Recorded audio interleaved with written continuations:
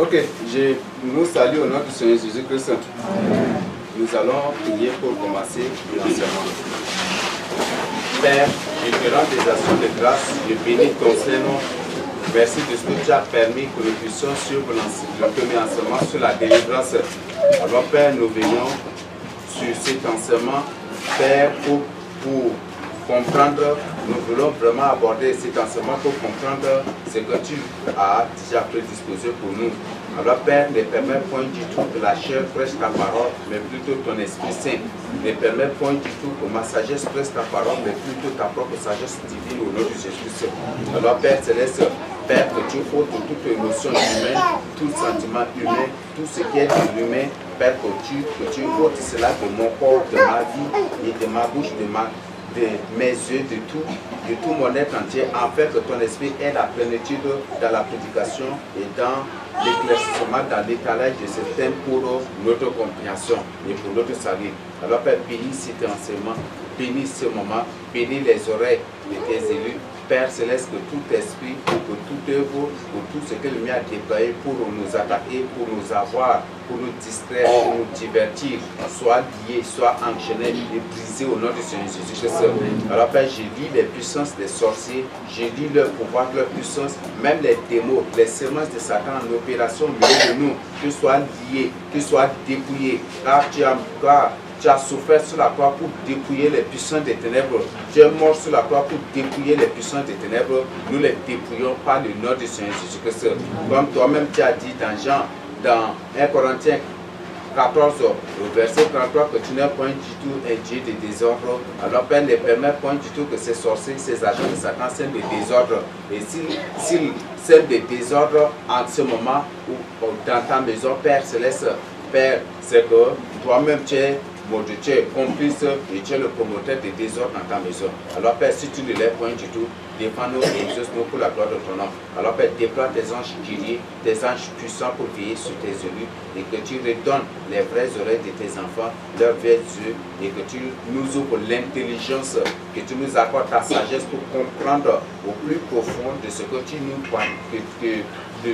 de ce que tu nous diras, peut-être pas superficiellement. Père, que tu nous accordes ta grâce, un cœur sage pour comprendre toutes choses. Merci, dirige ce moment, combat ce moment, coordonne toi-même cet enseignement pour la gloire de ton nom et accorde-nous ta grâce de comprendre et que tu nous révèles que tes amis seraient ce pour la gloire de ton nom, pour nous suivre par mon prière. Amen.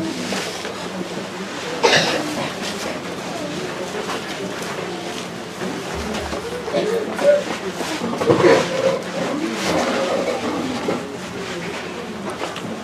Notre thème d'aujourd'hui, c'est comment quitter la sorcellerie. Comment quitter la sorcellerie. Quand je parle de la sorcellerie ici, ce n'est pas dans le mot ou dans le contexte de sorcellerie que nous devons comprendre, mais plutôt dans le concept général. La sorcellerie, comme j'ai toujours l'habitude de dire, c'est une première porte, c'est la première phase, c'est une première couverture qui permet d'aborder les autres dimensions. Donc pour être un magicien, absolument, il faut passer par la phase de la sorcellerie. Et nous allons découvrir aussi les différentes formes de la sorcellerie par la suite. Je crois que le thème sur la sorcellerie, on a déjà exposé, on a déjà vu. Donc ce qui nous intéresse ici, c'est comment quitter la sorcellerie. Donc si je reviens avec certaines parties, ici c'est pour nous faire comprendre. Il y a les parties telles que les branches de la sorcellerie. Les différentes formes de la sorcellerie, c'est pour nous faire comprendre. Donc quand nous allons voir les différentes branches de la sorcellerie, ça nous permettra de comprendre qu'est-ce que la sorcellerie en tant que telle. Si tu es un idolâtre, chaque bien que tu es un sorcier. Et pour confesser le péché d'idolâtrie, ça peut aussi se faire de la même manière que celui qui a opéré, celui qui a mangé à la table de Satan. Donc c'est ce que nous allons découvrir par la suite. Donc la confession de la sorcellerie inconsciente aussi est exigée. Donc si on parle des différentes formes de la sorcellerie, comme nous allons voir, c'est très important. Donc ici, ce thème m'a été inspiré par le Seigneur. Lorsque je pensais sur les frères qui étaient initiés et les frères qui jusqu'aujourd'hui leur délivrance tarde toujours. Et à cause de ça, je me lamentais, je me tourmentais parce que l'heure était jamais venue pour que nous puissions partir pour l'évangélisation. Et c'est à ce moment que le Seigneur m'a communiqué. J'étais resté et puis tout d'un coup, on m'a quitté la sorcellerie ça. Et tout d'un coup, j'ai dit, ah, ça tombe bien. Donc je suis obligé de faire recours aux expériences précédentes. Comment ceux que j'ai travaillé avec eux, ceux qui étaient délivrés, je suis obligé de faire recours à ces expériences-là pour revenir, pour présenter avec vous, afin de vous ouvrir les yeux dessus. Et pour aussi aider l'Église, peut-être après en notre absence, il y aura des gens qui seront là aussi pour la délivrance. Et si ces gens sont là, ça va, cet enseignement aussi va beaucoup les aider. En notre absence, peut-être un sorcier vient, ça peut vraiment vous orienter à comment l'aider vraiment à confesser ses péchés de la sorcellerie. Confesser la sorcellerie, c'est différent par rapport à la confession des péchés. Ne confondons pas la confession des péchés avec la confession de la sorcellerie. Et c'est ce que nous allons découvrir. Beaucoup aujourd'hui, jusqu'aujourd'hui, sont dans la confusion, où ils ne savent pas, ils n'arrivent pas à faire la différence entre la confession de la sorcellerie et la confession des péchés. Donc, cet enseignement aura pour but aussi de nous aider dans ce sens-là. Ok.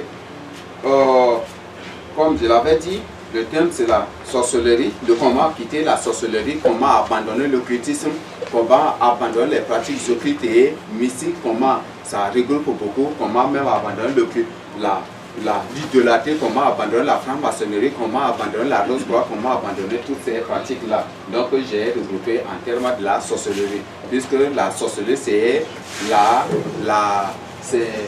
la mère de ces autres formes de l'occultisme que je venais de citer. Donc avant tout, nous allons lire Matthieu 11, 28 à 30. Mon qui va nous lire pour nous aider à comprendre. Matthieu, le chapitre 11, versets 28 à 30. Venez à moi, vous tous qui êtes fatigués et chargés, et je vous donnerai du repos. Prenez mon joug sur vous et recevez mes instructions, car je suis doux et humble de cœur, et vous trouverez du repos pour vos âmes, car mon joug est doux et mon fardeau léger. Car mon joug est doux et mon fardeau léger. Le Seigneur nous dit au verset 11 que nous devons venir à lui. La même chose qu'il a répété aussi dans Jacques, non, je crois que c'est Jacques 4, verset 8, qui dit venez, approchez-vous de l'Éternel, approchez-vous de Dieu, il s'approchera de vous. Donc si tu es dans l'occultisme, pour être délivré, c'est à toi de faire un pas vers le Seigneur Jésus-Christ. C'est à toi de faire un pas. Je n'ai pas le pas normal que tu comprends, mais c'est d'aider vraiment de servir à t'aider aussi dans la délivrance.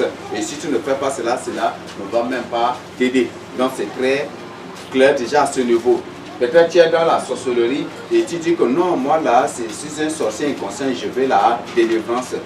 Ou tu es un sorcier, tu ne veux pas vraiment confesser, dire la vérité. Comment tu vas obtenir la délivrance? Ça c'est impossible. C'est impossible. Comme le Seigneur a dit, vous connaissez la vérité vous affranchira.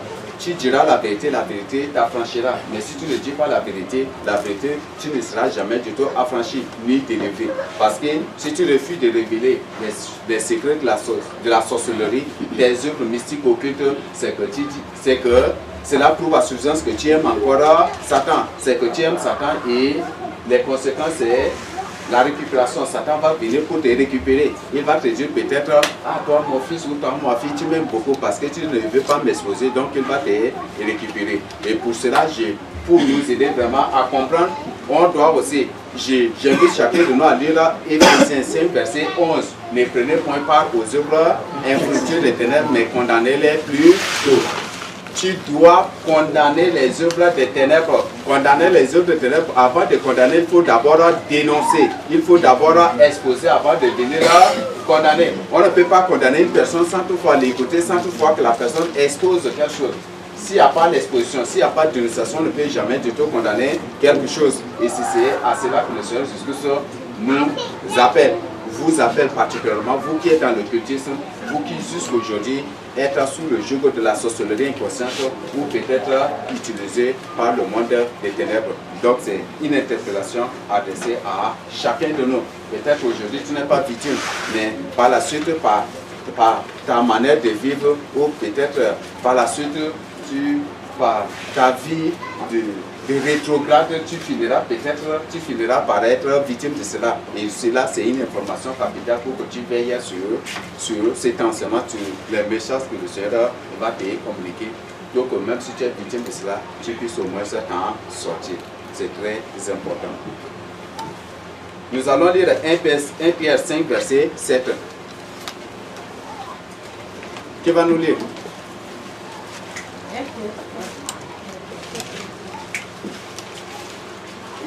Oui, tu nous lis à haute voix.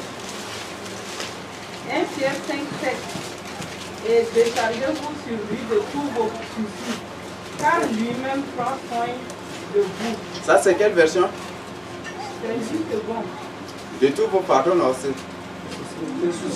Déchargez-vous sur lui de tous vos soucis. De tous vos soucis. Car Et... lui-même prend soin de vous. Ok, donc nous devons décharger sur le Seigneur Jésus-Christ nos soucis. Si par exemple j'ai des préoccupations, j'ai des choses qui me ténaillent, pour m'en décharger, je dois au moins partager. Si moi et mon ami et mon intime ou mon papa, je dois au moins partager avec lui. En partageant tout ça, ça me soulagera et plus encore les conseils qu'il me prodiguera m'édifiera, me relèvera vraiment la tête. Mais si je refuse, je garde ça jalousement avec moi, ça ne va même pas du tout m'aider.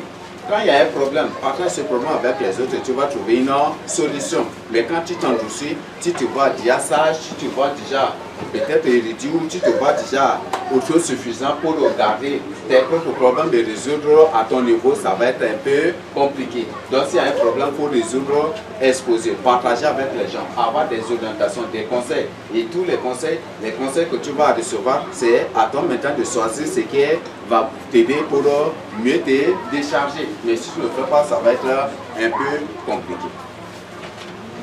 Donc, le Seigneur nous dit décharger celui de tous nos soucis et lui-même il prendra soin de nous. C'est quelle version qui a parlé de fardeau là? C'est ce même ou c'est...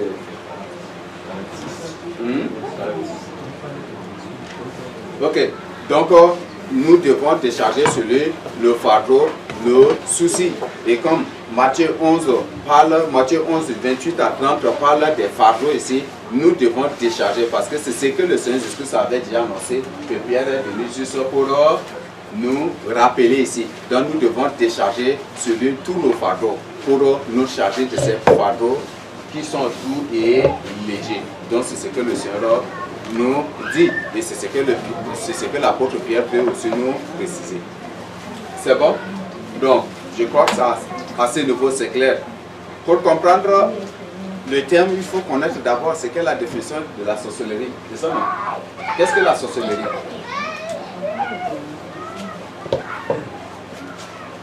Qu'est-ce que la sorcellerie?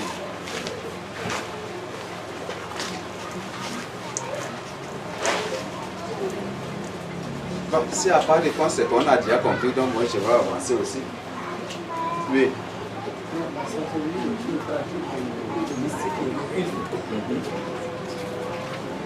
La sorcellerie est une pratique mystique et occulte. Oui. Oui.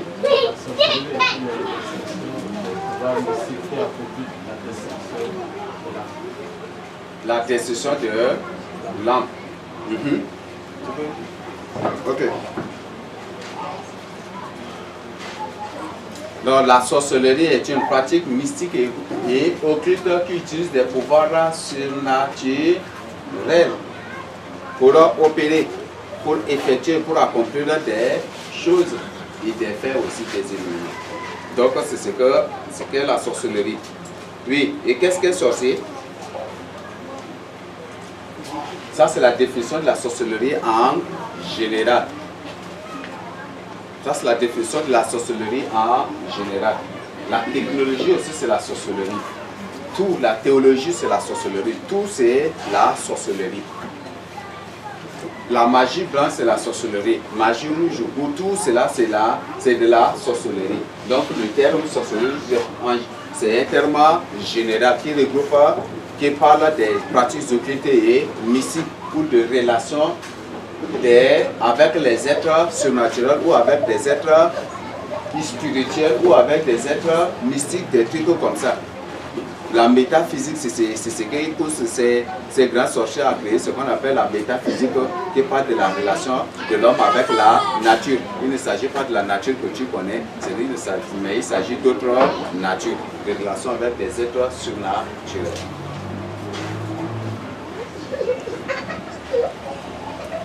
Ok, et qu'est-ce qu'un sorcier? Oui. Un sorcier, c'est un serviteur de Satan pour voir les enfants de Dieu.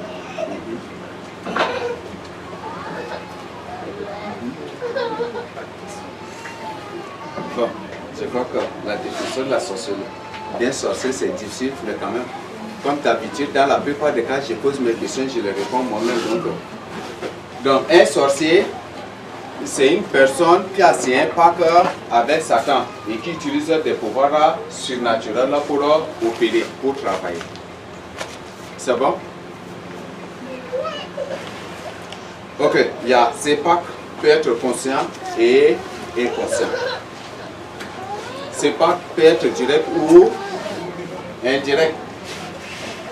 Peut-être ce sont tes grands-parents qui ont signé ces pactes et toi tu vas subir les conséquences ou les répercussions. Donc c'est ce qu'est la sorcellerie. Ok, 2.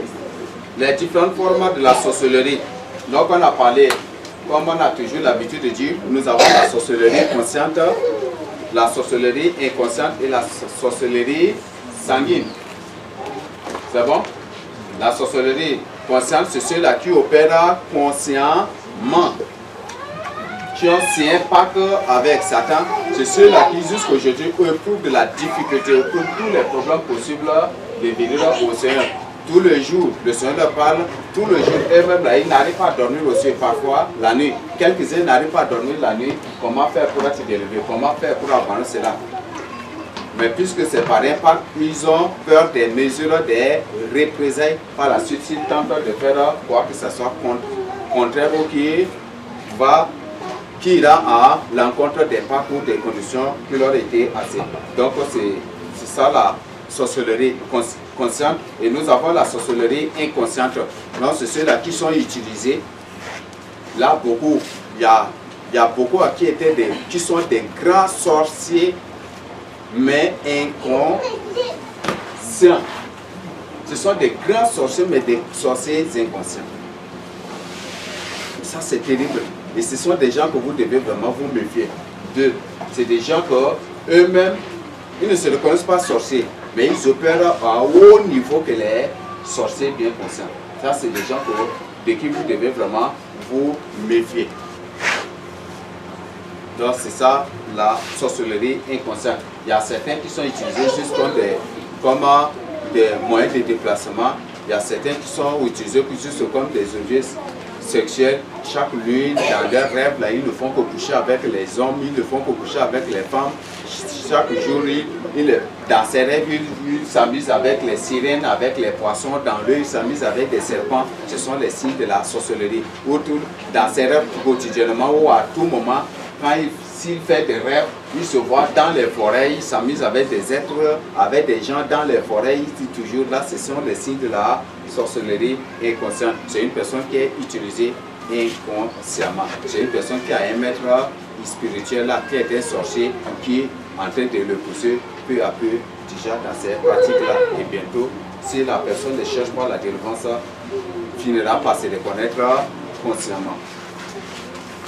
Nous avons la sorcellerie sanguine, donc je crois que ça c'est le terme nous fait comprendre déjà. Donc ça c'est l'héritage de la sorcellerie. Le papa est sorcier quand il met au monde des enfants, ces enfants aussi seront nés sorciers et c'est de génération en génération. Donc c'est dans le sang et c'est transmis aussi par le sang. Et si par malheur, si on prend le sang de cette personne pour faire la transfusion directement, tu as contacté aussi la sorcellerie. C'est la cause aussi de la sorcellerie de beaucoup de gens qui en ont été victimes.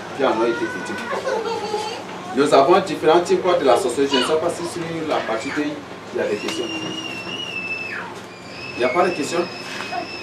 C'est la partie 2. S'il n'y a pas de questions, on va venir, on voit la partie, on aborde carrément la partie 3. Les différents types de la sorcellerie. Donc nous avons la sorcellerie blanche ou la magie blanche catholique, ou cette sorcellerie blanche qu'on appelle la magie sainte catholique. Et la plupart ces temples-là, quand les temples qui travaillent avec la magie blanche, parfois si vous arrivez dans ces temples, vous allez trouver que peut-être le pasteur est habillé en blanc, et les collèges d'anciens aussi toujours en veste blanche ou peut-être d'autres uniformes blanches. Ils aiment beaucoup aussi le blanc comme leur couleur officielle. Et c'est le catholicisme, c'est que le catholicisme fait, c'est à travers les prêtres, à travers tout, c'est le signe de la sorcellerie blanche aussi. Donc ils disent, ça c'est selon eux, c'est pas selon moi, ils disent que c'est la sorcellerie, c'est la magie sainte. Donc ils disent que c'est une magie qui est sainte, c'est une magie qui ne nuit pas à l'être humain. Donc c'est ça leur conception. Et c'est de ça qu'est née la franc-maçonnerie, les Illuminati, la technologie, la théologie, tout cela sont les branches de la sorcellerie qu'on appelle la magie sainte. Donc ce sont les branches de cette magie-là. Donc ce sont des choses purement démoniaques. Donc il n'y a pas une magie qui est sainte. Là je vous informe d'abord. Si je ne dis pas, peut-être certains vont dire que c'est vraiment sainte et ils vont peut-être courir à avoir cette magie-là. C'est une magie, il n'y a aucune magie qui est sainte. Dieu n'est pas un magicien, Dieu n'est pas un sorcier. Donc il n'y a pas la sorcellerie ni la magie avec Dieu. Dieu est la vérité, Dieu est la réalité. Et son nom même c'est la toute-puissance aussi. Dieu est ce qu'il est, c'est lui qui a créé toutes choses. Donc c'est ce que nous devons comprendre. Ok, nous avons la sorcellerie noire ou la magie noire. Et ayant comme branche aussi, on peut parler de la sorcellerie verte ou de l'islam. Bon, quand nous allons voir les branches de la sorcellerie, ça va nous aider à comprendre. Donc nous avons la sorcellerie noire, la magie noire. Ceux-là qui sont trop sanguinaires, ceux-là qui n'aiment rien que la destruction. Nous avons la sorcellerie rouge ou la magie rouge. En d'autres termes, dans certains coins aussi, on appelle cette magie le dragon rouge. Donc c'est les fans de Jet Li, là, c'est ceux qui veulent beaucoup sur le film de Jet Li. Quand on parle de dragon rouge, on parle de la magie rouge ici. Donc c'est la sorcellerie sanguinaire, c'est ceux-là qui aiment beaucoup de prendre le sang et c'est de la sorcellerie rouge qu'est né aussi le communisme. Ok. Donc le communisme, c'est un régime de la magie rouge qui ne se vit, qui ne se nourrit que du sang humain. Là où il y a le régime communiste, le sang là, vous voulez, vous ne voulez pas, ça va s'écouler. Règne de terreur, c'est ce que l'Antichrist va apporter. Là, si tu te soumets au principe du maître absolu du communisme, là, il n'y a pas de problème. Tu n'auras pas de problème, mais malheureusement, si tu violes, tu auras tous les problèmes. C'est la cause de persécution des gens, c'est la cause aussi de massacre de 60 quelques millions, 100 quelques millions dans l'ex-URSS. En Chine, combien de personnes sont mortes? Parce que c'est le régime communiste qui a déployé, qui a décidé ces choses. Donc le communisme ne se nourrit que du sang humain. Et on trouve que même les pays communistes sont les pays plus forts au monde. Parce que ce sont des pays qui n'ont pas peur vraiment de répandre, de sacrifier les gens, livrer les gens en masse pour rien. C'est ce que c'est Lénine, c'est qui a fait aussi. C'est Lénine. En Russie, tout comme en Chine, c'est ce qu'ils ont fait pour implanter le communisme. Et le communisme, c'est un régime catégorique. Hein. C'est un régime qui est catégorique au christianisme. Donc il y a la religion du communisme et c'est cette religion qui bientôt aussi sera imposée. Mais tout ce que je voudrais que vous compreniez, le communisme a été créé par le Vatican. C'est le Vatican qui a créé le communisme à travers le papa de l'époque. Donc nous allons voir la partie 4, je ne sais pas si sur les parties précédentes il y a des questions. S'il n'y a pas de questions, on va voir la partie 4 sur les branches de la sorcellerie.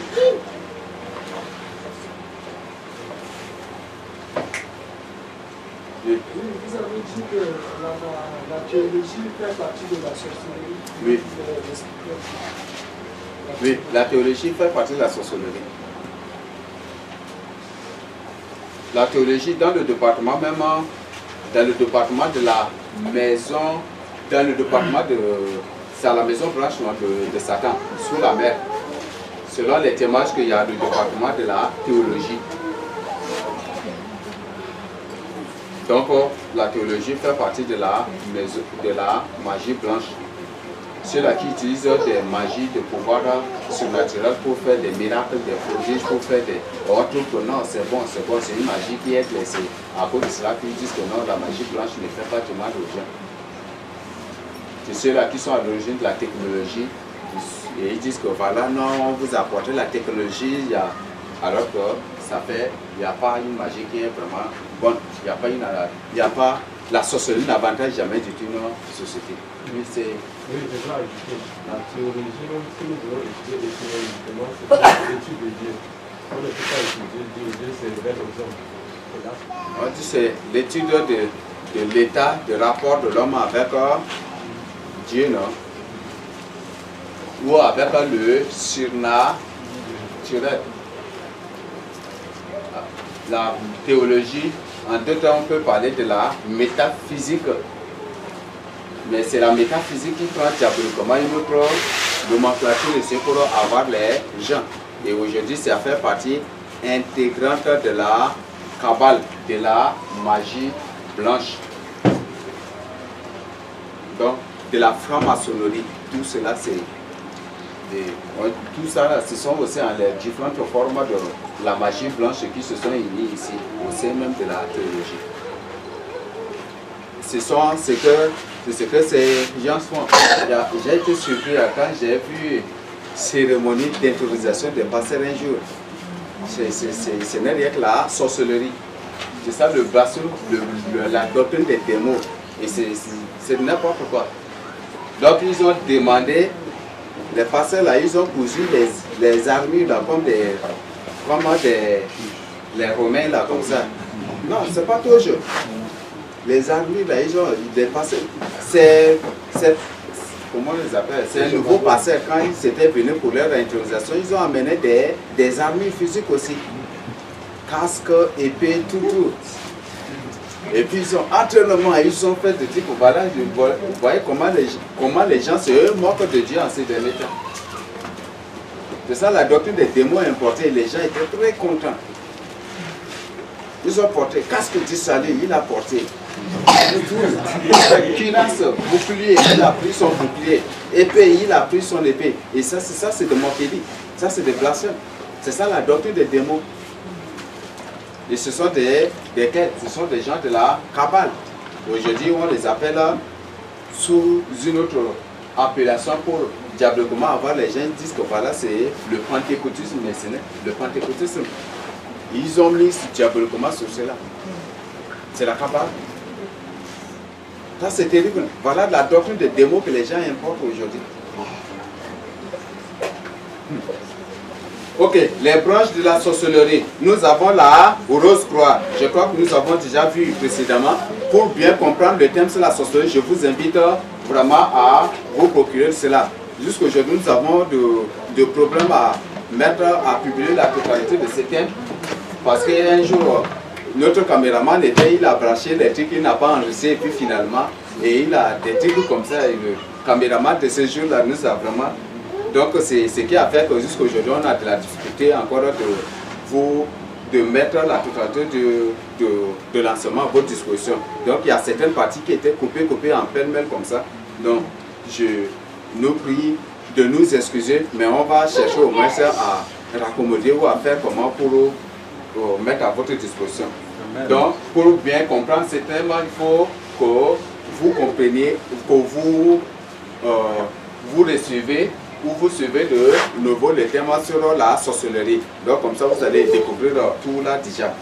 Donc nous avons la rose qui est la branche de la sorcellerie, le yoga qui est le yoga aussi, c'est la branche de la sorcellerie. Qui connaît la pratique du yoga?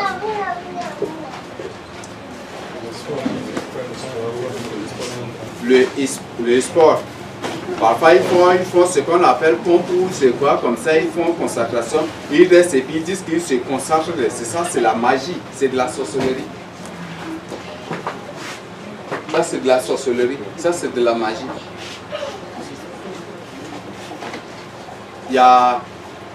Cela même a été importé aussi dans certains, par exemple chez les choristes. À un moment on vous dit que pour avoir l'inspiration, il faut rester consacré, il ne faut pas laisser l'air s'échapper de toi. Donc il faut retenir l'air là en toi pour être concentré. Après il faut lâcher l'air là. C'est ça la pratique de la yoga, ça c'est la sorcellerie. Et tu as besoin vraiment de te faire délever, sinon tu as déjà l'esprit de python, l'esprit de vipère déjà en toi. Oui. Oui, beaucoup. Dans les arts martiaux, ça c'est le domaine carrément de yoga aussi. Donc nous avons le yoga, c'est la sorcellerie Shiva. Je crois que vous connaissez, non? En Inde. Ce sont les divinités de l'Inde à adorer. Donc c'est de la sorcellerie. Nous avons Krishna, Vishnu, tout cela, ce sont les branches de la sorcellerie. Krishna, vous connaissez, non? C'est le démon de l'air qui... C'est le démon de l'air, il joue aussi le rôle comme le démon transporteur qui aide ceux qui veulent voyager vers l'Inde ou peut-être c'est celui-là qui les aide. Et c'est ce qui a poussé ces grands satanistes à jouer le film sur Krishna. Il a joué aussi le film sur Jadou avec les créatures, ce sont des démons. Il a joué avec les extraterrestres, ce sont des démons. Et ce sont des films d'envoûtement. Ces films, quand ils suivent directement des démons, sont déjà affectés. Donc c'est très clair. Nous avons l'initiation d'excision, l'initiation chez nous, par exemple, au Tchad, la pratique qu'on appelle Yondo, c'est de la pure sorcellerie. C'est ce qu'on appelle, en d'autres termes, aussi la sorcellerie traditionnelle. Mais au sein de cette sorcellerie, se trouvent plusieurs formes ou plusieurs autres branches de la sorcellerie en son sein. Si on se met à confesser le péché de l'initiation, vous allez trouver qu'il y a toutes les pratiques de la sorcellerie d'autres nations qui s'y trouvent aussi. Tout. Il y a yoga, nous avons yoga, nous avons Shiva, Krishna, nous avons beaucoup. La pratique même des sirènes, beaucoup d'autres. Karma, tout cela, il y a tout là-dedans. Donc l'initiation c'est la sorcellerie. L'excision aussi c'est de la sorcellerie. Donc c'est ce que nous devons comprendre. Et si vous ne me croyez pas, vous pouvez vérifier, mener des recherches vous-même, vous allez trouver et découvrir.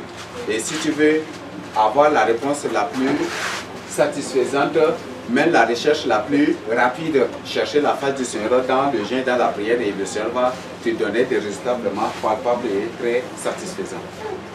Donc, nous avons la tradition c'est la sorcellerie. Tous ceux qui aiment la tradition, les coutumes, leur culture sont des sorciers. Tous les défenseurs des traditions, des cultures, des coutumes, tous ces gens sont des grands sorciers. Tous ceux qui promeuvent nous, notre notre habit traditionnel c'est comme ça, nous devons comme ça, comme ça. Tout cela, ce sont des sorts, c'est de la sorcellerie. Dieu n'a pas créé l'homme pour une tradition, ni pour une culture, mais il a créé l'homme plutôt pour sa parole. La parole de Dieu, la Bible, c'est notre tradition. Donc c'est ce que nous devons comprendre. L'astrologie, c'est la sorcellerie. Le Seigneur a strictement interdit aux enfants d'Israël. Vous n'aurez point du tout une personne qui exerce le métier de l'astrologie, de divination, de la magie ou de toute façon. Personne, aucune de ces personnes ne doit exercer. Et si vous connaissez cette personne, vous devez l'exterminer du pays. Vous devez le retrancher, l'exterminer du pays. Et beaucoup de rois en Israël, tout comme dans le royaume de Juda, se sont levés aussi pour tuer, pour éliminer les magiciens, les sorciers. Ils les ont exterminés parce que c'est un ordre que Dieu a donné. À l'exemple de Saoul, au début, il était catégorique, il exterminait ces gens. Et c'est à cause de cela que la femme a refusé d'être consultée lorsque Saoul s'était déguisé pour venir auprès d'elle. Donc ça c'est clair. Dieu condamne ces pratiques-là, l'astrologie. Le médium, tout cela, c'est la pratique de la sorcellerie. Et si tu disais, même horoscope, c'est que, on dit que, bon, je ne sais pas, les termes là, c'est comment, tout ça c'est de la sorcellerie. Si peut-être tu dis que moi je suis né en septembre, donc je suis un lion ou je suis un scorpion, tout cela c'est de la sorcellerie. Ça veut dire que c'est un totem qui t'est déjà attribué. Si tu crois net que voilà, parce que je suis né en octobre et comme en octobre c'est tel animal qui représente cela, si tu crois en cela, ça veut dire que c'est déjà un totem qui t'est attribué. Tu as besoin de la délivrance. Le médium, l'horoscope, tout cela, nous devons, c'est de la sorcellerie. Et si tu as fait ces choses, tu as pratiqué ces choses, tu as besoin vraiment de la délivrance. Nous avons la déification, ceux qui se vantent Dieu, ceux qui se voient au-dessus des autres. Tous ces gens, c'est de la, tout cela, c'est la pratique de la sorcellerie. Et ce qui a conduit l'homme à la chute, précisément. Nous avons les Illuminati. Les Illuminati aussi sont la branche de la sorcellerie. La Kabbale, c'est la branche de la sorcellerie. La rhapsodie, c'est aussi une pratique de la sorcellerie. Ça, ce sont les prières d'incantation de la Kabbale. La rhapsodie, c'est la prière. Tous les sujets de prière présentés dans les trucs de rhapsodie que vous avez lus sont des prières d'incantation de la Kabbale.